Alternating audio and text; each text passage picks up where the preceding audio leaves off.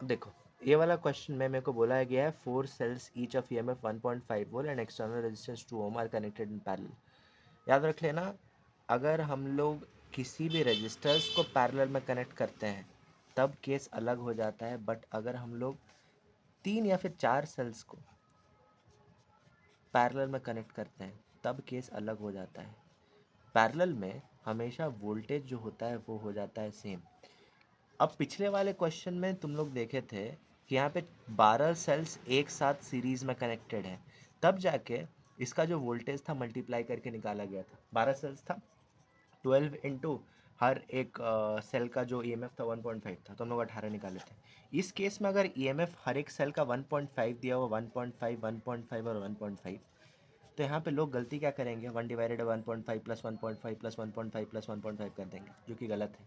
मेरा हमेशा पैरेलल में ना वोल्टेज सेम होता है। तो यहाँ पे बोलता है 4 cells of EMF 1.5 volt and internal resistance 2 ohm, ठीक है, are connected in parallel to form a battery. The battery is connected to external resistance of 1.5 ohm, 1.5 ohm, and a set of two resistors 3 ohm and 1.5 ohm in parallel। ठीक है, ये question है। मेरे को बोलता है ड्रॉ द सर्किट डायग्राम, जो कि हमने बना लिया। दूसरा, what is the current in the main circuit. Current find out करने के लिए हम लोग ये वाला फॉर्मूला इस्तेमाल करते हैं, जो कि मेरे को ओम्स लॉ देता है, V is equals to I are.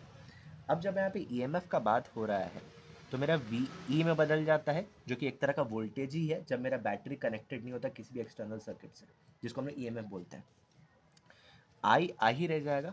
और यहाँ पे रेजिस्टेंस मेरा दो तरह का होता है, एक एक्सटर्नल रेजिस्टेंस जिसको हम लोग आर से रिप्रेजेंट करते हैं, और एक इंटरनल रेजिस्टेंस जो कि यहाँ पे 4 तरीका से डिस्ट्रीब्यूटेड है, 2 ओम 2 ओम 2 ओम और 2 ओम पैरेलल में। ठीक है, सो आर प्लस छोटा R, that is the internal resistance. अब अगर यहाँ से मेरे को आई का वैल्यू निकालना है, मेरे को ईएमएफ को आर प्लस आर से डिवाइड करना पड़ेगा। ठीक है, सो यहाँ पे ईएमएफ ऑफ द बैटरी जो है मेरा, वो मेरा 1.5 वोल्ट्स है। डन। अब मेरे को यहाँ पे एक्सटर्नल रेजिस्टेंस और इंटरनल रेजिस्टेंस दोनों एक साथ निकालना पड़ेगा। इस एक्सटर्नल रेजिस्टेंस को निकालने के लिए मेरे को दिख रहा 3 ओम और 1.5 ओम पहले पैरेलल में। सो इस वाले केस में 1 by R P is equals to 1/3 plus 1/5, 1.5, ये 10 ऊपर गया, मेरा 15 एलसीएम आया, 3 5 ज़ा 15 प्लस 10, 15/15 आ जाएगा। सो पैरेलल में 1 by R P is equals to 1 and R P is equals to 1, मतलब ये पूरा जो है मेरा 1 ओम रेजिस्टेंस निकल के आ गया पैरेलल का केस में। अब आ जाओ, ये जो पैरेलल वाला रेजिस्टेंस है इसके साथ सीरीज में है, तो हम ऐसा बोल सकते हैं क्या, मेरा जो एक्सटर्नल रेजिस्टेंस आर है वो 1.5 प्लस आर पी के बराबर हो जाएगा, 1.5 plus 1 which is equal to 2.5।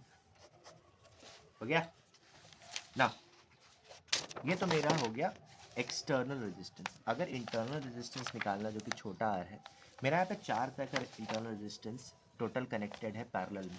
सो ये हो जाएगा 1 by R is equals to 1/2 plus 1/2 plus 1/2 plus 1/2, 2 LCM आएगा, 4/2 ऊपर, ठीक। So R is equals to 1/2 हो जाएगा, which is equals to 0.5, and total equivalent resistance of the circuit, जिसमें एक्सटर्नल रेजिस्टेंस और इंटरनल रेजिस्टेंस दोनों जुड़ जाता है, 0.5 प्लस 2.5 के बराबर होगा, जो कि 3 ओम मेरे को दे देगा वैल्यू। मेरा क्या आ गया, total resistance of the circuit.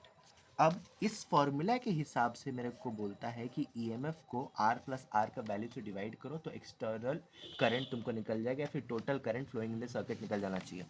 देखो, so I is equals to E divided by R plus R. E का जहाँ पे वैल्यू है वो 1.5 के बराबर है। यहाँ पे गलती से 1.5 इंटू 4 मत लिख देना, लेकिन अगर सीरीज में कनेक्ट है तो 1.5 इंटू 4 करना पड़ेगा, पैरेलल में 1.5 ही रह जाता है। सो 1.5 डिवाइडेड बाई 3 हो गया 1/2, तो मेरा current flowing in the circuit is 0.5 ampere. मेरा पहला पार्ट कंप्लीट। दूसरा पार्ट क्या बोलता है, what is the current in 3 ohm wire. 3 ohm wire parallel में कनेक्टेड है, और मेरे को पता है पैरेलल में जो होता है वो करंट सेम होता है, हाँ सॉरी, पैरेलल में करंट डिफरेंट होता है और वोल्टेज सेम होता है। सो यहाँ पे मेरे को वोल्टेज कितना यहाँ पे फ्लो कर रहा है सर्किट में वो निकालना पड़ेगा। उसके लिए हम लोग पोटेंशियल ड्रॉप निकालेंगे। देखो तुम लोग को हम बताए थे जो मेरा पोटेंशियल होता है या फिर जो पोटेंशियल ड्रॉप होता है वो आई इंटू आर के बराबर होता है। ये जो छोटा आर है ये मेरे को इंटरनल रेजिस्टेंस का वैल्यू यहाँ पे पुट करने बोल रहा। ठीक है, आई का वैल्यू यहाँ पे 0.5 और इंटरनल रेजिस्टेंस का वैल्यू 0.5 अगेन। सो यहाँ पे 0.25 वोल्ट्स का ड्रॉप होगा पोटेंशियल में। अभी ड्रॉप का मतलब क्या है, ये इंटरनल रेजिस्टेंस मेरा एनर्जी लॉसेस करवा रहा है जिसके कारण मेरा वोल्टेज जो यहाँ पे एक्चुअल है 1.5 मेरा सर्किट में आएगा नहीं। तो 1.5 के अलावा 1.5 को मतलब माइनस करके 0.25 मेरे जो आएगा वो वोल्टेज आएगा मेरा सर्किट में। अब देखो मेरा पहला पार्ट और मेरा दूसरा पार्ट कंप्लीट और हम लोग वोल्टेज ड्रॉप भी निकाल दिए। यहाँ पे हम लोग करंट भी निकाल दी जो कि 0.5 एम्पियर के बराबर है।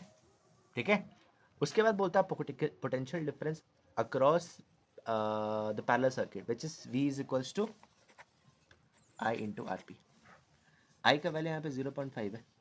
ठीक है, इंटू आर पैरेलल मेरा 1 ओम के बराबर निकला पैरेलल में जो रेजिस्टेंस है। तो यहाँ पे voltage in the resistance which is parallel circuit which is 0.5 volts and अब मेरे को 3 ओम का रेजिस्टेंस वोल्टेज फाइंड करने बोला।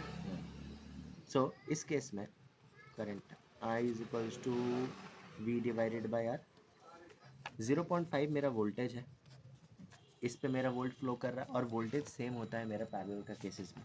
तो 0.5 डिवाइडेड बाई 3 हो जाएगा जो कि मेरे को आंसर 1.67 एम्पियर हो जाएगा। 0.167 एम्पियर।